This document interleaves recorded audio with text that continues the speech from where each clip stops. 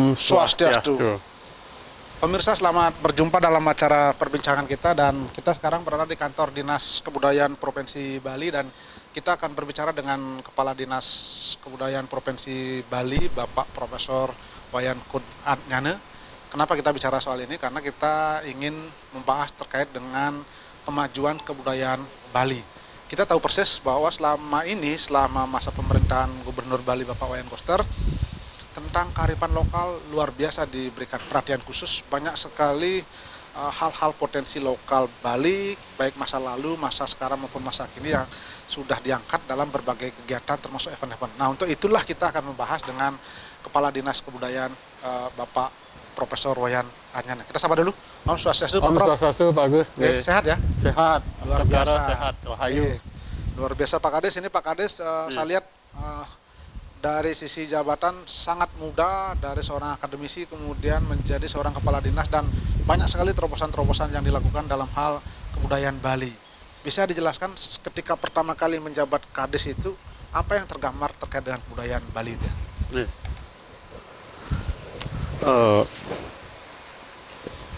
Terima kasih Pak Agus. Jadi waktu saya mengikuti kompetisi atau lelang untuk jabatan pimpinan tinggi Pratama Kepala Dinas Kebudayaan Provinsi Bali, jadi memang dari hati yang tulus, terus kemudian saya pribadi tergerak untuk menjadi bagian dari pembangunan pemerintahan Provinsi Bali ini. Nah, jadi saya sangat tertarik sekali dengan visi pemerintah, dalam hal ini oleh pimpinan kami, Gubernur Wayan Koster dan Wakil Gubernur Cokordo Oko Ardana Sekawati. Jadi dengan nangun Satkerti Loko Bali melalui pola pembangunan semesta berencana menuju Bali era baru. Nah, dalam misi itu sangat jelas pro pemajuan kebudayaan.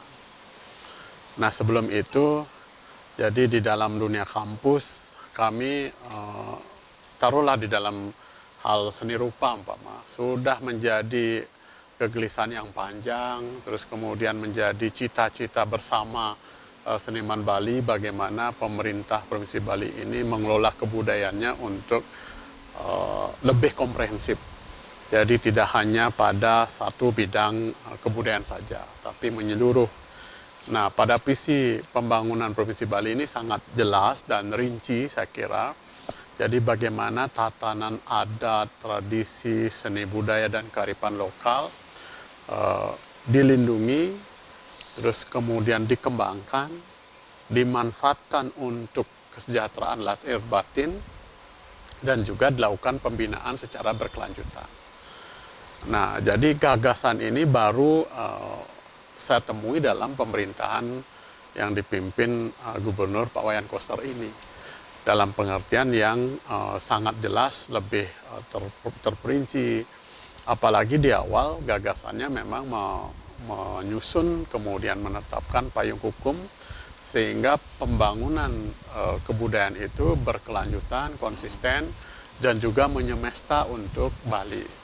Nah, bahkan dengan lahirnya gagasan Bali World Culture Celebration, jadi perayaan budaya-budaya dunia di Bali, malah gagasannya jauh lebih tinggi, yaitu bagaimana mengembalikan Bali sebagai pusat peradaban dunia atau Bali Padmabuana. Nah, jadi inilah waktunya kaum muda, dan saya kira bersinergi dengan juga para maestro kebudayaan di Bali ini, untuk ambil bagian dalam merevitalisasi, mengaktualisasikan kembali khasanah kebudayaan yang adiluhung yang dimiliki Bali ini. Ya, kalau kita melihat dari background Pak Kades ini kan sebetulnya adalah seniman ya, seni rupa. Tentu sudah memahami apa yang terjadi dalam konteks kesenimanannya itu. Selama ini memang penghargaan terhadap seniman sangat kurang, sehingga perlu perhatian khusus kepada mereka. Jadi selama ini kan kita hanya memiliki, boleh dikata, satu event, jadi Pesta Kesenian Bali. Nah, adapun event yang lain dari segi konten hampir mirip gitu. Jadi kemudian Pak Gubernur bersama Bu Putri Foster memberikan inisiatif, gagasan, bahkan jauh sebelum peraturan daerah tentang penguatan dan pemajuan kebudayaan Bali nomor 4 tahun 2020 itu diundangkan, yaitu tentang gagasan Festival Seni Balijani. Nah, sehingga dengan dua pola, jadi pengembangan seni tradisi, terus seni klasik, seni rakyat, dan juga kearifan lokal di lain sisi, dengan penguatan pesta kesenian Bali di dalamnya. Nah, terus kemudian diselenggarakan Festival Seni Balijani yang kontennya adalah seni-seni masa kini, seni modern, dan juga seni-seni kontemporer. Nah, di dalamnya itu kita melaksanakan jantra tradisi Bali. Jadi itu mengakomodasi terkait dengan permainan tradisional, olahraga tradisional, terus pengobatan tradisional atau usada, terus kemudian juga teknologi tradisional, pengetahuan tradisional. Jadi kalau di Undang-Undang Nomor 5 Tahun 2017 tentang pemajuan kebudayaan itu diatur tentang 10 objek. Nah, di Peraturan Daerah Nomor 4 Tahun 2020 tentang penguatan dan pemajuan kebudayaan Bali itu, kita mengaturnya 19 objek. Jadi jauh lebih luas cakupannya. Termasuk di dalamnya terkait dengan kebudayaan-kebudayaan yang bersifat sakral. Nah, jadi untuk konteks Bali, hal tersebut kita lakukan melalui upaya penguatan. Gitu. Ya. Saya lihat dalam beberapa tahun menjabat Pak Kades selaku Kades Kebudayaan, ada beberapa kearifan lokal yang akhirnya memang betul-betul diakui dan bahkan mendapat penghargaan yang dari UNESCO. Bisa dijelaskan itu? Jadi Pak Gu menekankan bagaimana pengelolaan pemajuan kebudayaan ini.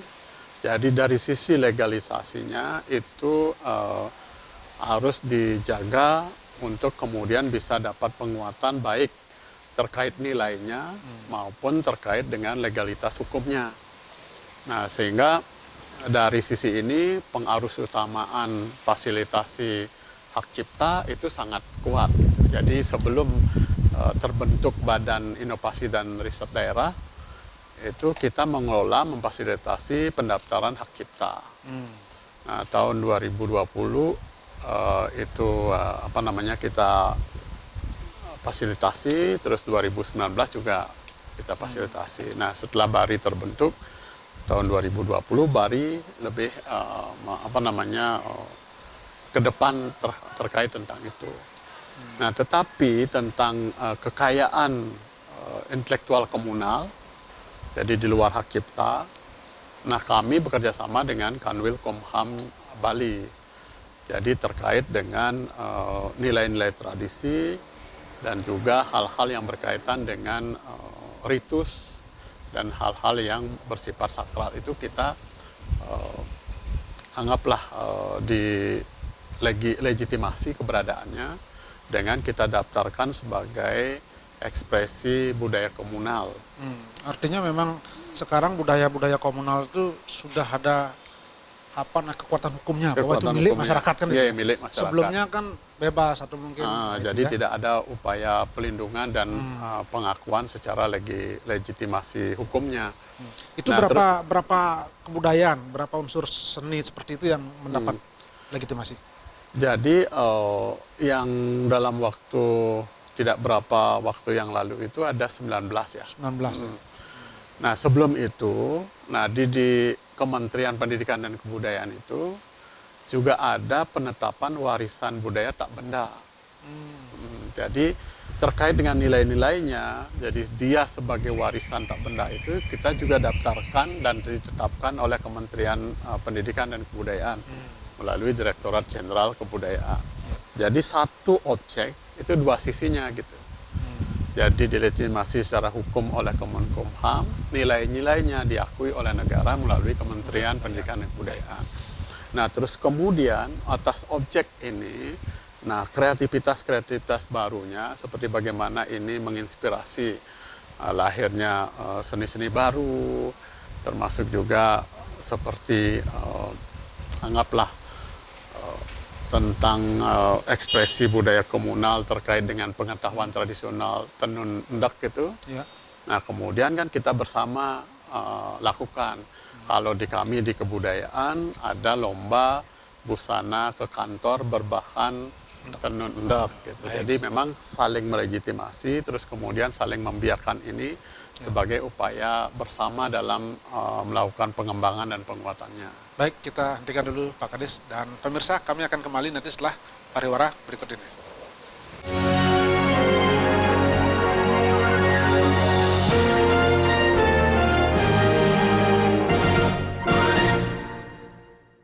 Menemani aktivitas dengan informasi yang positif. Penuh kreativitas dengan beragam prestasi.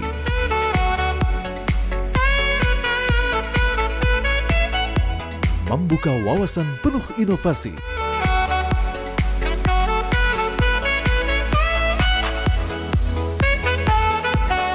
Saksikan Kabar Baik di TV One. Ketika dua hal bertolak belakang, kami hadirkan berhadapan. Cara pandang dan sikap berbeda, melahirkan polemik, bahkan kontroversi. Tidak pernah tanah dikuasai swasta, Bu. Ini Indonesia. Kami hadirkan dua sisi, Anda yang menarik konklusi. Saya, Tisa Noveni, di antara dua sisi. Rafid Topan, pembalap syarat pengalaman di kancah nasional dan internasional ini, ingin menuntaskan ambisi juara di One Prix musim mendatang. Memiliki talenta dan skill lengkap, membuatnya selalu tampil agresif. Mampukah Rafid Topan mewujudkan mimpinya merebut gelar juara nasional? One Prix 2020, segera di TV One. Tanaman nilam selain mudah dirawat juga mudah ditanam.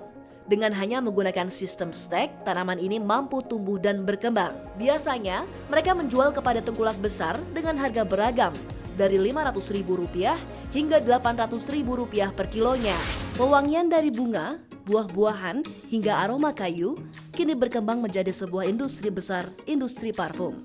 Parfum berfungsi sebagai pereda kegelisahan. Beli cerdas, Rabu jam 2 siang di TV One. Nama Reinhard Sinaga menggemparkan publik internasional karena perbuatannya. Beragam kejahatan ada di sekitar kita dan mengharuskan kita untuk selalu waspada. Rampung sudah dilakukan pembongkaran makam dan juga otopsi terhadap jasad Lina Jubaidah. Ragam Perkara hadir dengan serangkaian informasi kriminalitas, hukum, dan sosial. Bersama saya Putri Windasari, Ragam Perkara.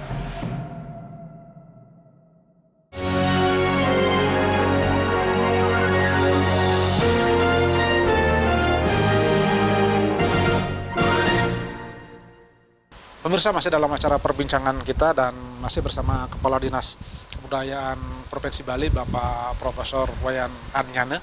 Dan tadi sudah disampaikan beberapa langkah-langkah yang dilakukan selama menjabat terkait dengan kemajuan kebudayaan Bali, dan beberapa kebudayaan komunal itu berhasil didaftarkan baik secara hukum maupun secara nilai-nilai kebudayaannya. Saya lanjut ke Pak Kades.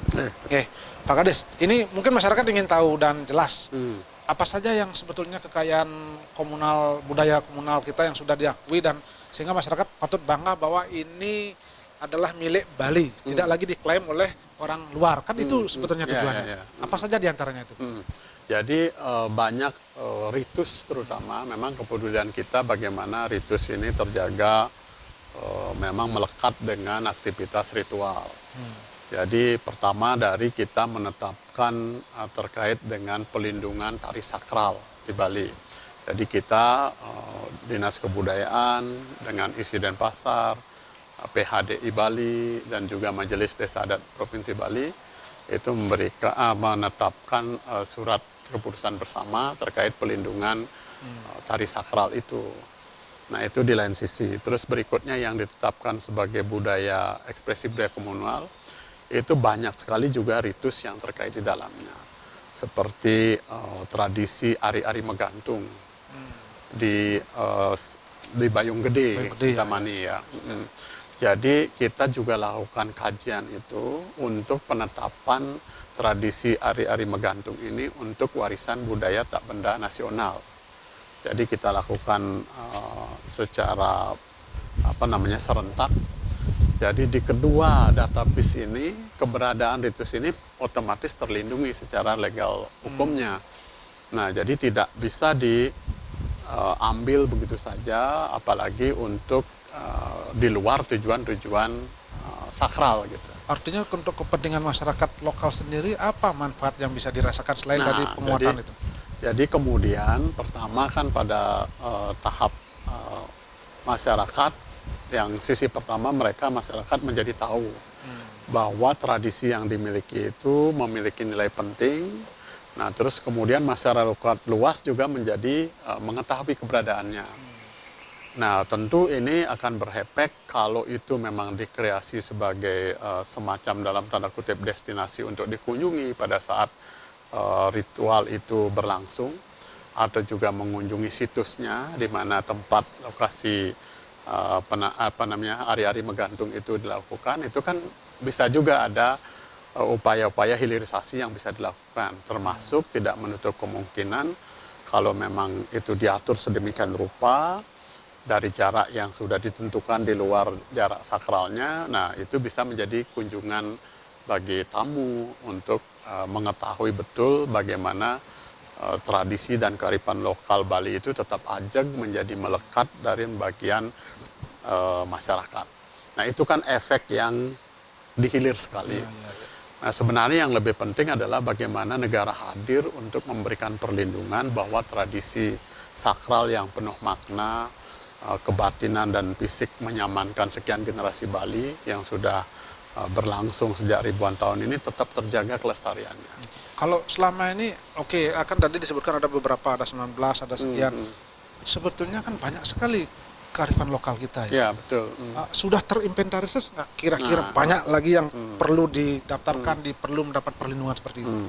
Jadi selama ini data yang kita miliki memang terpecah-pecah gitu. Jadi semua instansi memiliki data tersendiri, padahal itu sangat beririsan. Taruhlah Tenun Endak, itu di Dalprint juga ada datanya dan seterusnya. Nah, melalui peraturan daerah nomor 4 tahun 2020 tentang penguatan dan pemujaan kebudayaan, itu diamanatkan untuk membuat pangkalan data kebudayaan Bali. Nah, kami 2021 ini sudah merancang aplikasinya, namanya Ceraken Kebudayaan Bali. Jadi itu rinciannya dari 19 objek, kita breakdown menjadi 114 jenis. Jadi dari 19, taruhlah dalam kearifan lokal, di sana juga ada upakara. Nah, di dalam upakara, jenis upakara, namanya atau aktivitasnya, jadi ada Pulau Gembal, Bakti Caru ini, Caru itu. Nah, jadi nanti akan ada detail, detail sampai kemudian SDM-nya, terus Pranata. Jadi Pranata dalam pengertian apakah ada Purana yang mengatur, lontar yang mengatur, atau acuan-acuan norma atau kearifan lokal yang mengatur tentang objek itu atau jenis objek itu. Selain mendapatkan perlindungan itu kan tentu mungkin tujuan utama dari ini adalah bagaimana memberikan perlindungan kepada seniman-seniman tempo dulu yang berkreasi seperti itu. Mereka sebetulnya apa masalahnya? Kenapa dulu tidak bisa seperti itu ya? Jadi seniman sebenarnya sudah berbuat yang luar biasa untuk kemudian menjaga tradisi ini untuk tetap berlanjut, terutama yang seni-seni pertunjukan sakral. Terus kemudian juga melakukan pengabdian tanpa pamrih terkait upaya mereka melindungi dan tetap mengajarkan itu. Nah, melalui peraturan daerah yang sama itu tentang penguatan dan pemujaan kebudayaan, itu sudah diatur jelas bagaimana pemerintah Provinsi Bali berpihak pada pelaku budaya, termasuk seniman di dalamnya. Jadi setidaknya ada 4 penghargaan. Nah, terus sementara penghargaan Bali Kertinugraha Mautama terkait bahasa, aksara dan sastra Bali itu diatur dengan Pergub 80 tentang pelindungan bahasa, aksara dan bahasa Bali serta penyelenggaraan Bulan Bahasa Bali yang di bulan Februari sedang berlangsung untuk ketiga kalinya. Nah, di dalam Perda itu ada 4. Jadi untuk pengabdi, terus untuk organisasi atau seko atau yayasan seni yang berkontribusi, terus kemudian Dharma Kusuma. Nah, terus kemudian ada untuk penghargaan karya. Jadi nanti di Pesta Kesenian Bali ada pemilihan karya terbaik. Terus di Festival Seni Bali Jani juga ada begitu. Gitu.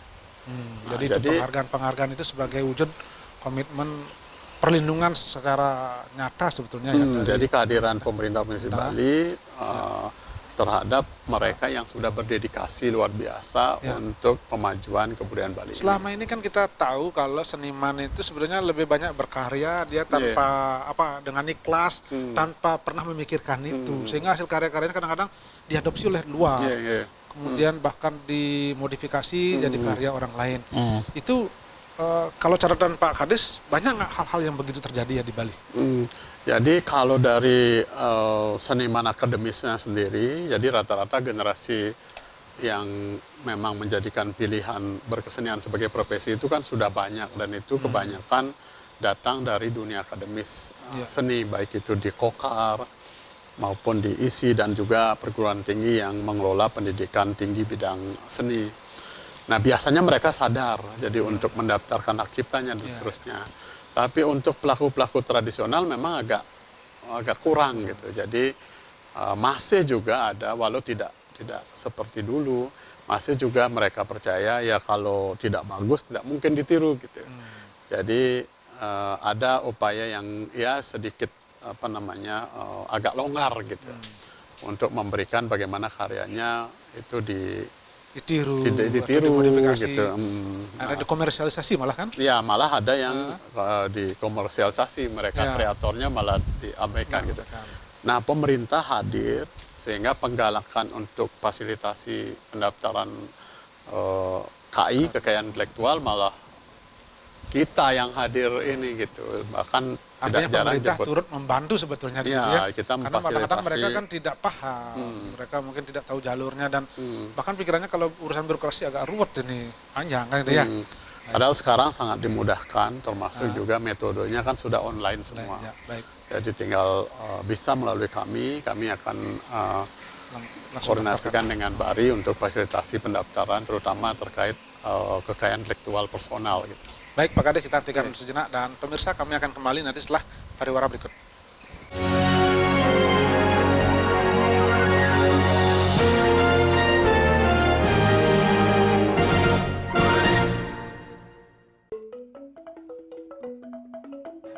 Kemana lagi, Bu? Pergi yang di Depok. Nanti nih, Pergi. bongkot, boleh. Sambal kan? Jahe berapa? Keronton, Pak. Yang hitung ya. Berapa sampean? Pak, ampunan uang plastik, Pak. Oh, kan? Yang punya bekas. Oh, pun masih, Bu. Nggih. Yang hitung ya.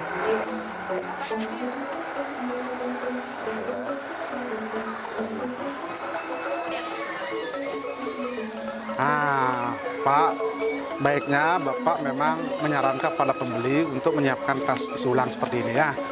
Sekaligus untuk mengurangi penggunaan sampah plastik.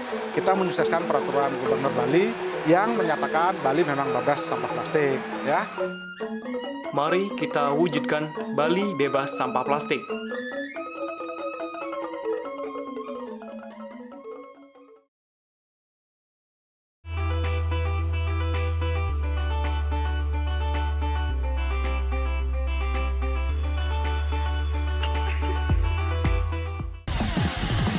Rafid Topan, pembalap syarat pengalaman di kancah nasional dan internasional ini, ingin menuntaskan ambisi juara di One Prix musim mendatang. Memiliki talenta dan skill lengkap, membuatnya selalu tampil agresif. Mampukah Rafid Topan mewujudkan mimpinya merebut gelar juara nasional? One Prix 2020 segera di TV One. Setiap masa melahirkan banyak peristiwa. Bung Karno penolak musik-musik barat. Disinilah Benyamin menemukan musik-musik gambang kromong dan memodernisirnya dan mulai menyanyikannya. Misalkan salah nih 10 kali take ya, itu bisa beda-beda loh kata-katanya. Piringan hitamnya cukup banyak, kita simpan di dalam sini. Apa yang menjadi catatan sejarah dan siapa yang menorehkannya? Malaka ditahan oleh warga pengawalnya ditembak mati. Haji Agus Salim dianggap sebagai Dwi Tunggal dengan Cokro Aminoto.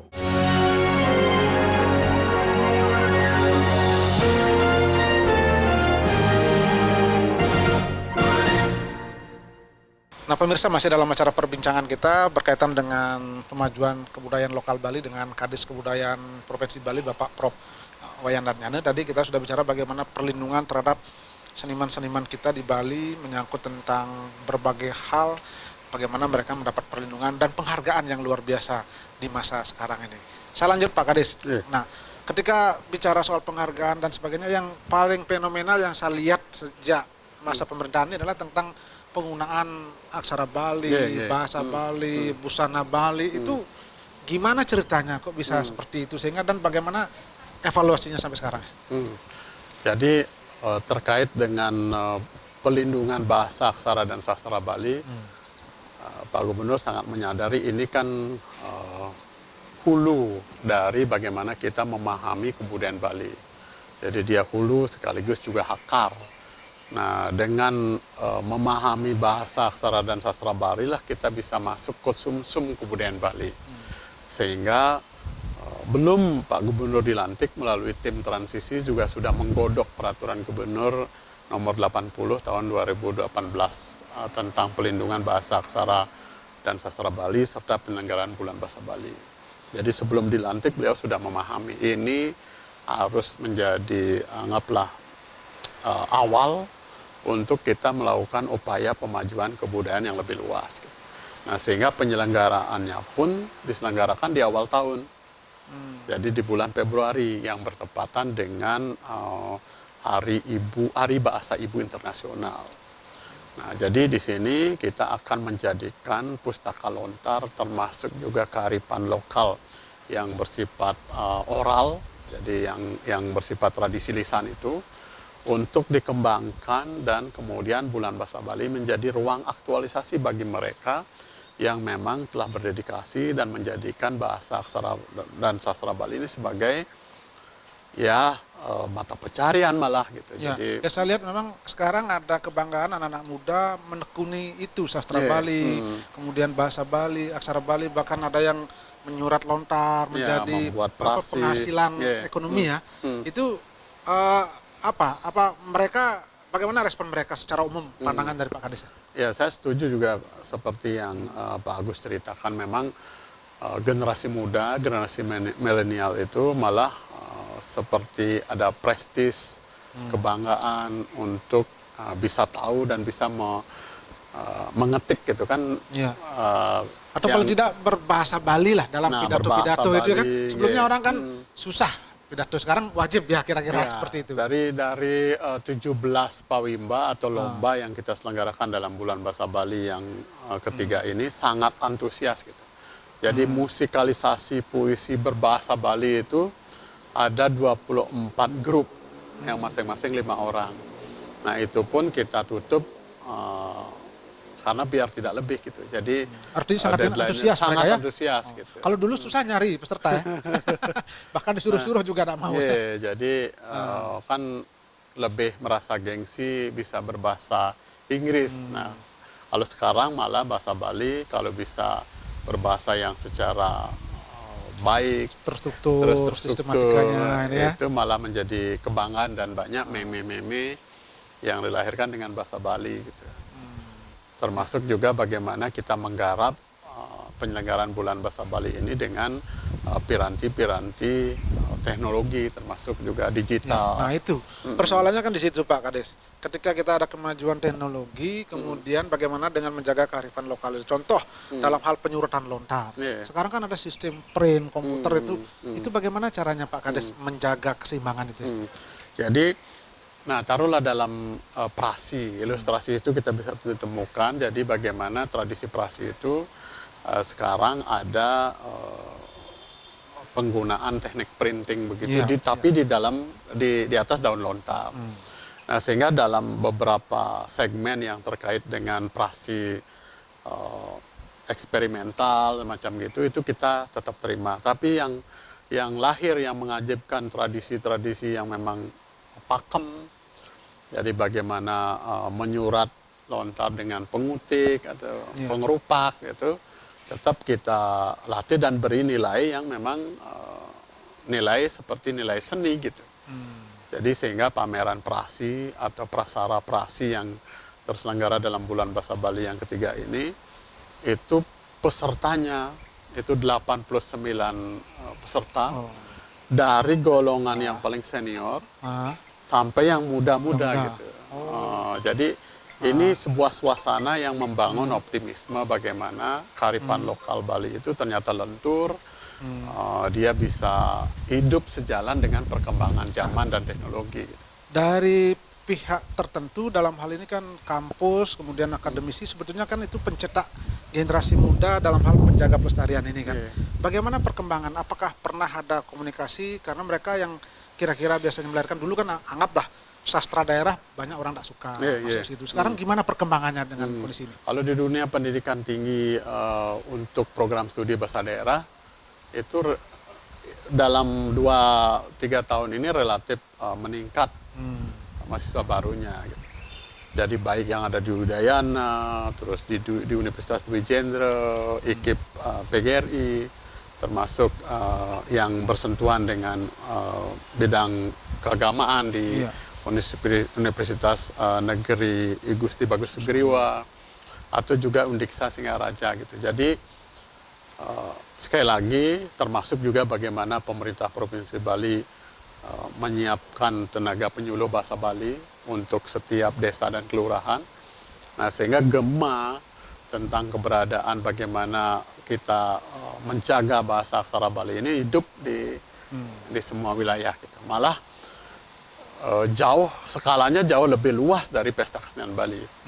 Jadi kalau Pesta Kesenian Bali kan selama ini masih diselenggarakan di tingkat kabupaten kota, tidak sampai di desa gitu. Tapi kalau bulan Bahasa Bali sampai di desa adat. Gitu. Luar biasa. Nah, ini apakah tidak boleh dikatakan semacam euforia, nanti khawatirnya dalam kurun tertentu hilang lagi? Pak Kades optimistis kira-kira program ini akan terus kita menjadi kebanggaan bagi masyarakat Bali ya?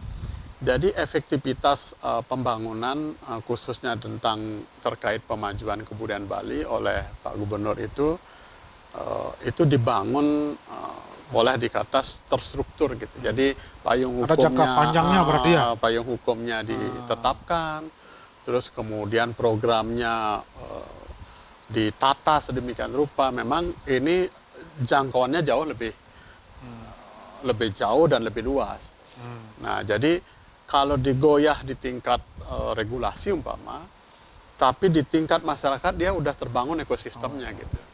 Jadi otomatis dia akan militan menjaga, terus kemudian kalau ada hal-hal yang kira-kira merusak tatanan ini, dia akan pasti melawan gitu. Artinya memang selain sistem, kebanggaan masyarakat itu sudah ini ya. Sudah ada. Kalau sebelumnya kan memang ada program, begitu pemerintahan berganti hilang lagi. Ya, hilang jadi lagi ekosistemnya kan tidak terbangun, sehingga tidak ada yang merasa militan untuk memiliki itu sebagai dalam tanda kutip kawitannya dalam kunci utamanya sebetulnya dalam hati masyarakat Bali. Ya, betul, ada rasa jengah untuk mengangkat dan menjaga melestarikan budaya Bali kan itu sesungguhnya betul, persis ya. Walaupun dengan ada aturan, tapi kalau kita ndak ini ya susah juga kalau kan. tidak terbangun sampai ke memang hatinya masyarakat untuk menjadi bagian dari program itu, saya kira hanya menguap sepanjang pemerintahan itu gini gitu. Ya, baik, Pak Kades kita hentikan dulu sejenak dan pemirsa kami akan kembali nanti setelah pariwara berikut ini.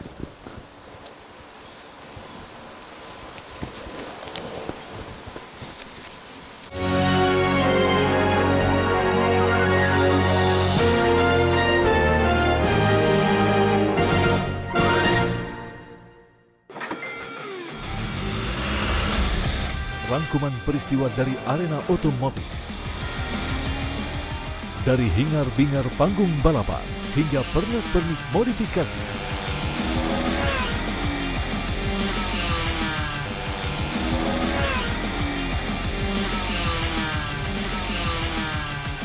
Semua ada di sini.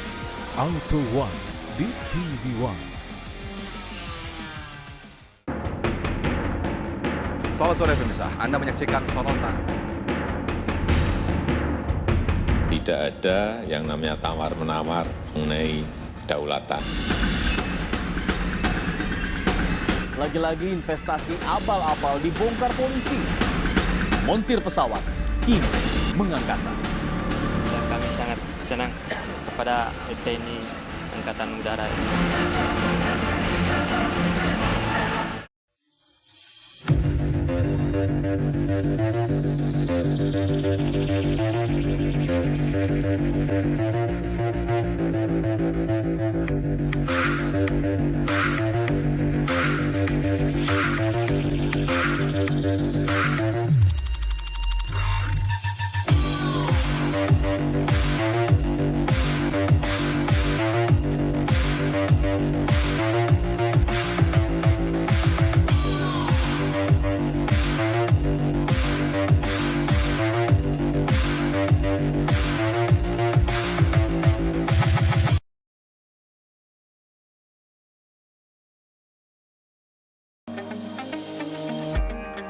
Membuka hari, kami mengabarkan ragam peristiwa terkini dari berbagai penjuru negeri. Saya sudah standby di sini dari pukul 5 subuh. Mengulas dan membahas isu-isu yang mengguncang publik.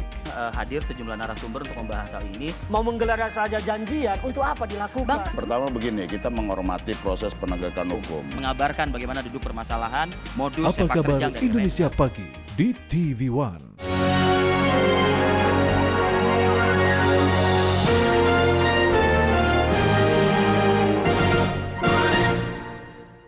Pemirsa, masih dalam acara perbincangan kita berkaitan dengan pemajuan kebudayaan Bali dengan Kadis Kebudayaan Provinsi Bali, Bapak Profesor Wayan Narnyana.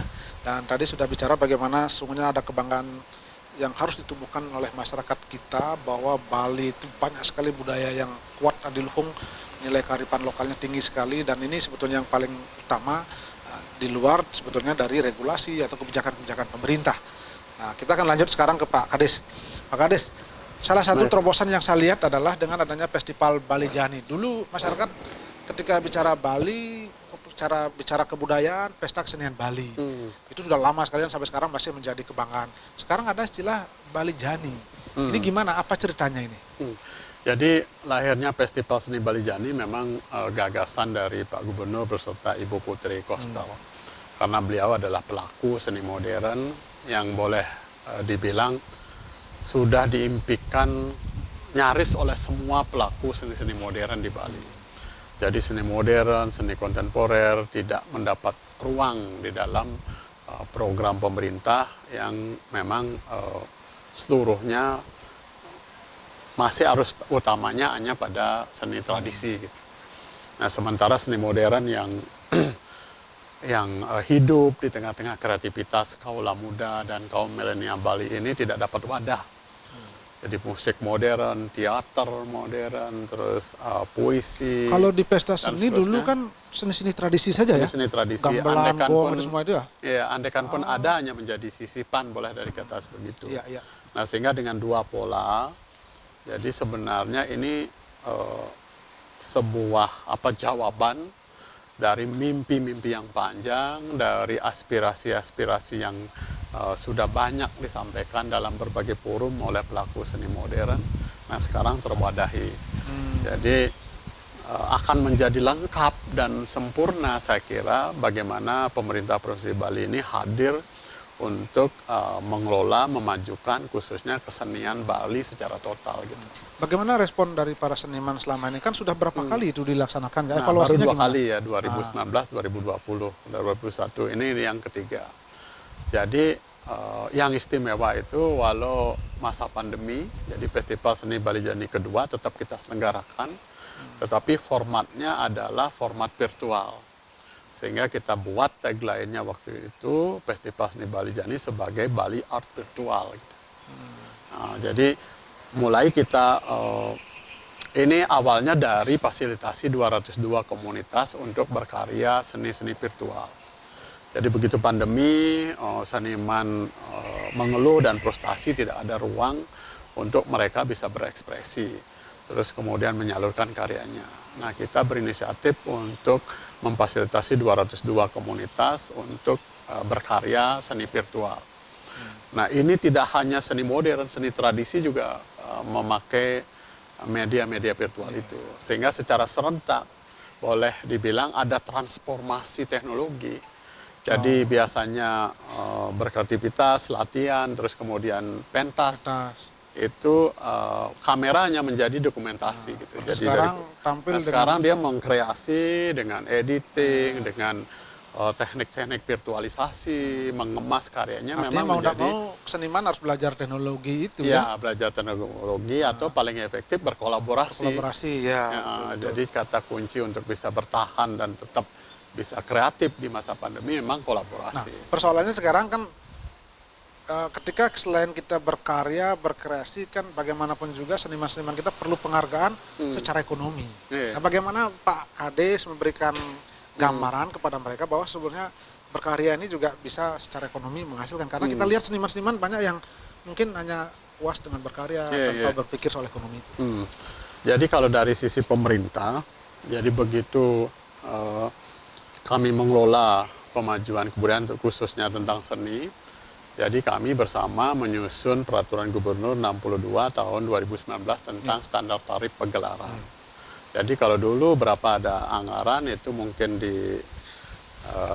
dibagilah, jadi berapa sanggar. Maka dulu ada pertunjukan yang ada dianggarkan 8 juta dan seterusnya gitu. Nah, terus dengan Peraturan Gubernur 62 2019 ini, jadi standar tarif terendah juga sudah diatur. Gitu. Jadi sekarang tidak sembarangan seniman itu ini ya? Atau mungkin pihak-pihak lain mengambil seniman untuk tampil, tidak sembarangan bayar seenaknya. Nah, jadi di sini di Peraturan Gubernur juga sudah mengatur seni untuk kegiatan pemerintah, seni untuk pegelaran turis atau pariwisata. Jadi nilainya sudah diatur dan kami sudah sosialisasikan kepada asosiasi yang mengelola pertunjukan seni untuk pariwisata. Bagaimana respon mereka ya?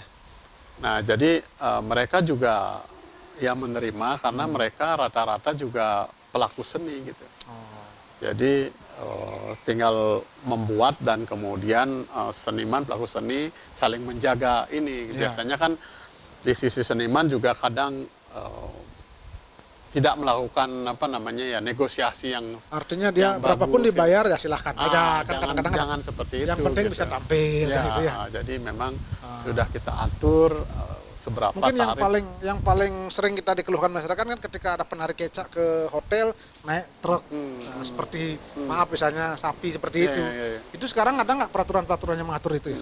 Jadi tentang tarifnya saja sudah kita tetapkan. Nah, itu mestinya sudah jadi SOP standar lah, SOP minimal bagi siapa saja pelaku atau penyelenggara tentang seni atau pertunjukan seni harus memahami kondisi dan memartabatkan seniman sebagai sosok yang memang berkontribusi gitu. Jadi membuat indah. Bayangkan situasi pandemi ini kalau tidak ada pemusik yang mengkreasi musik, tidak ada filmmaker yang membuat film yang bisa kita tonton di tengah-tengah frustasi masalah ini, kan akan menjadi kita stagnasi mentalitas. Saya beberapa kali wawancarai seniman-seniman dalam kondisi pandemi selama setahun ini, memang mereka banyak yang berhenti, boleh dikatakan berkreativitas karena sudah tidak ada jadwal manggung dan sebagainya. Betul. Apa yang bisa mereka lakukan sekarang ya? Jadi memang kondisi ini dialami semua semua profesi, jadi semua bidang kehidupan. Jadi yang kita penting bertahan untuk kemudian bisa tetap semangat kreatif, jadi bisa tetap berkarya gitu. Jadi kalau seniman seni rupa relatif baik, dia asal punya media dia bisa tetap berkarya terus.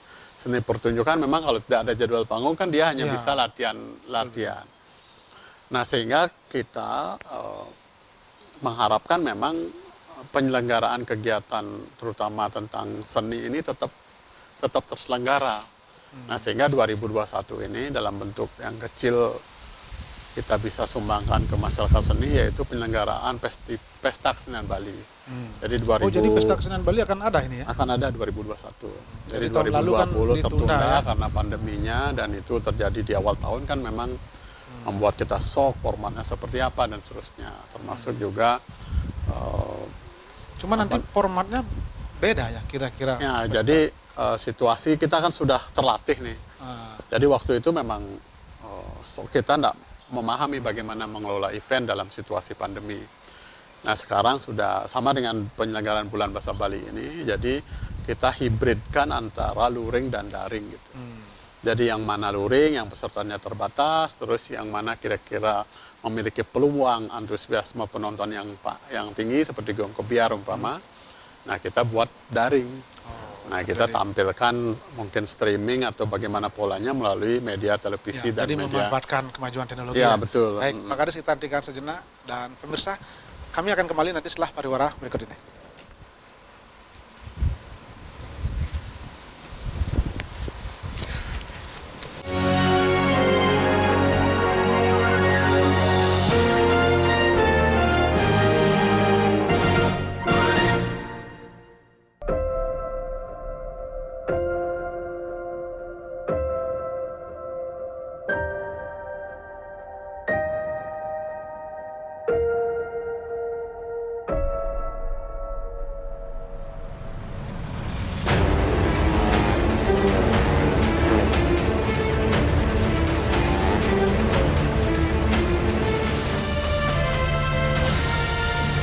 One Prix Indonesia Motor Prix Championship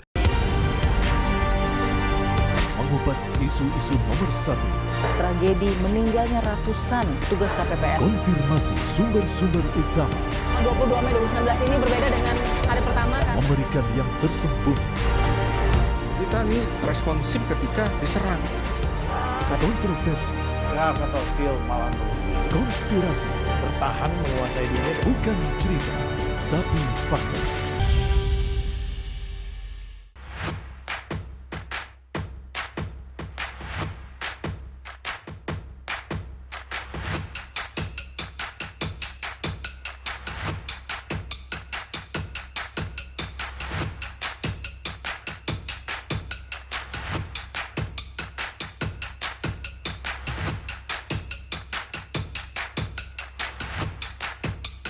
Hidup Sehat, Senin sampai Jumat jam 1 siang di TV One. Laga para petinju terbaik dunia disaksikan jutaan pasang mata.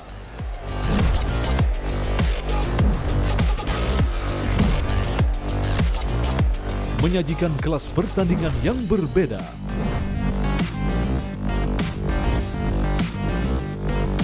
Saksikan Best World Boxing hanya di TV One. Kami hadirkan isu utama dan strategis. Kami akan bawa Anda untuk berbincang-bincang dengan para narasumber nanti. Efek jerah itu last resource aja sih. Karena inilah yang terbaik dan paling adil. Ya, dunia politik seakan tidak ada habisnya. Pemirsa, satu isu kemudian tumbuh isu yang lain. Kemudian menjadi sorotan adalah wacana terkait pemilihan presiden diserahkan kepada MPR. Polemik sensitif. Mungkin Majelis Salim lapor lah gitu. FPI sudah mengajukan permohonan. Apa kabar Indonesia Malam di TV One?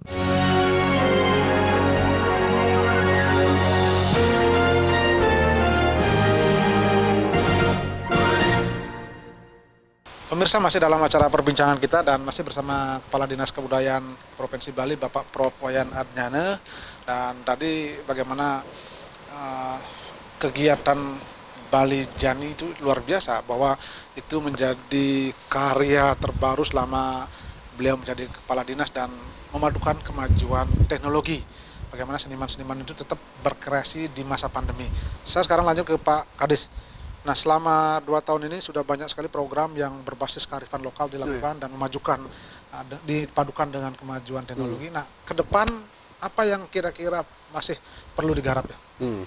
Jadi ke depan saya kira hanya butuh keseriusan dan anggaplah partisipasi semua pihak, terutama pelaku budaya dan juga terkhusus pelaku seni, karena ruangnya sudah dibuat oleh pemerintah Provinsi Bali aturannya sudah disusun sedemikian bagus dan progresif dan jauh berpandangan ke depan. Nah, sehingga perlu penumbuhan prestasi-prestasi untuk kemudian kita bisa masuk ke dalam arena baik itu Pesta Kesenian Bali atau penyelenggaraan Bulan Bahasa Bali, Festival Seni Bali Jani, terus ada Jantra Tradisi Bali, termasuk di dalamnya ada perayaan budaya-budaya dunia di Bali. Artinya dengan kreativitas di bidang kebudayaan, jadi siapapun terutama generasi muda Bali ini dapat berprestasi dari tingkat lokal provinsi sampai pengakuan internasional karena panggungnya kita buatkan di Bali ini. Oh iya, terkait dengan panggung itu kan kalau tidak salah pemerintah Provinsi Bali kan ingin berniat membuat pusat kebudayaan Bali. Ya, secara jadi tampil ya. Ya, betul. Jadi pusat kebudayaan Bali memang tidak hanya berupa fisik terkait banyaknya fasilitas, terutama panggung, museum yang akan didirikan dalam pusat kebudayaan Bali, tapi dia juga akan memberikan peluang semua program pemerintah Provinsi Bali terkait dengan penguatan kebudayaan dan juga terutama bidang seni itu akan terjaga gitu, karena panggungnya akan lebih bagus, terus kemudian cakupan publikasinya akan jauh lebih luas gitu. Jadi mari Songsong ini untuk menjadi penyemangat walau situasi pandemi ini memang sedikit membuat kita frustasi bersama-sama, tapi jangan sampai kita terhenti dan menjadi pesimis gitu. Ya. Jadi ada ruang ke depannya untuk kita di Bali, pelaku budaya dan pelaku seni di Bali untuk tetap bisa memandang ke depan yang lebih optimistik. Gitu. Ya. Jadi tetap menjaga kreativitas. Kalau kita lihat kan memang ada keinginan Bali menjadi pusat kebudayaan, sebetulnya dunia-dunia luar lah yang harus datang ke Bali. Karena kita kan tahu persis dulu ada beberapa negara yang menjadi pusat mode, ini pusat begini. Bali kan harusnya pusat budaya. Mungkin itu salah satu tujuan pusat kebudayaan Bali betul. itu ya. Jadi karena di zaman Gel-Gel sudah dicanangkan Bali itu sebagai Bali Padma Buana. Jadi Bali sebagai pusat peradaban dunia. Nah, kita memiliki banyak situs, artefak, seni yang luar biasa. Nah, termasuk punya elan kreatif masyarakat yang secara genom, jadinya secara dalam tanda kutip garis waris darah itu sudah kreatif, punya keuletan dan seterusnya. Sehingga menjaga itu untuk kemudian ini menjadi tradisi, menjadi etos kita dalam berkreativitas gitu. Jadi sekarang harus berpacu prestasi untuk itu. Ya. Kalau langkah-langkah terdekat yang akan dilakukan oleh Dinas Kebudayaan apa terkait dengan program yang akan dilaksanakan? Nah, 2021 jadi Bulan Bahasa Bali sudah terselenggara dan penutupan 28 Februari. Setelah itu kita ingin mantapkan tentang Ceraken Kebudayaan Bali. Jadi pendataan kebudayaan Bali secara menyemesta. Nah, termasuk di dalamnya sertifikasi organisasi atau lembaga seni di Bali. Mungkin terakhir Pak Kadis, harapannya kepada masyarakat khususnya kepada seniman dan juga kepada instansi-instansi tertentu terkait dengan bagaimana upaya dari kita untuk menjaga penguatan budaya lokal. Silakan. Jadi Bali memiliki adat, tradisi, seni dan budaya serta kearifan lokal yang unik, terus memiliki nilai yang tinggi dan juga sudah terbukti mensejahterakan generasi Bali.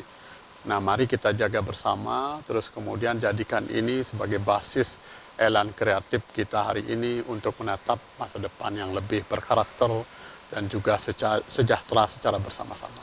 Baik, terima kasih Pak Kades Kebudayaan, Bapak Profesor Wayan Ardhana, luar biasa. Mudah-mudahan ini bisa memberikan inspirasi sekaligus informasi ya kepada masyarakat bahwa kita semuanya nilai kearifan lokal kita luar biasa, budaya Bali kita sangat banyak dan perlu dijaga dan dilestarikan. Terima kasih atas waktunya. Pemirsa, demikian tadi perbincangan kami dan seluruh kerabat kerja yang bertugas mengucapkan terima kasih atas perhatian dan kebersamaan Anda, dan kami akhiri dengan Paramasanti. Om Santi Santi Santi. Om.